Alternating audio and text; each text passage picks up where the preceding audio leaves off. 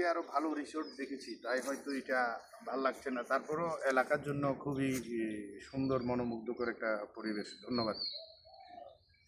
ওকে, বন্ধ করতে পারে। হ্যাঁ।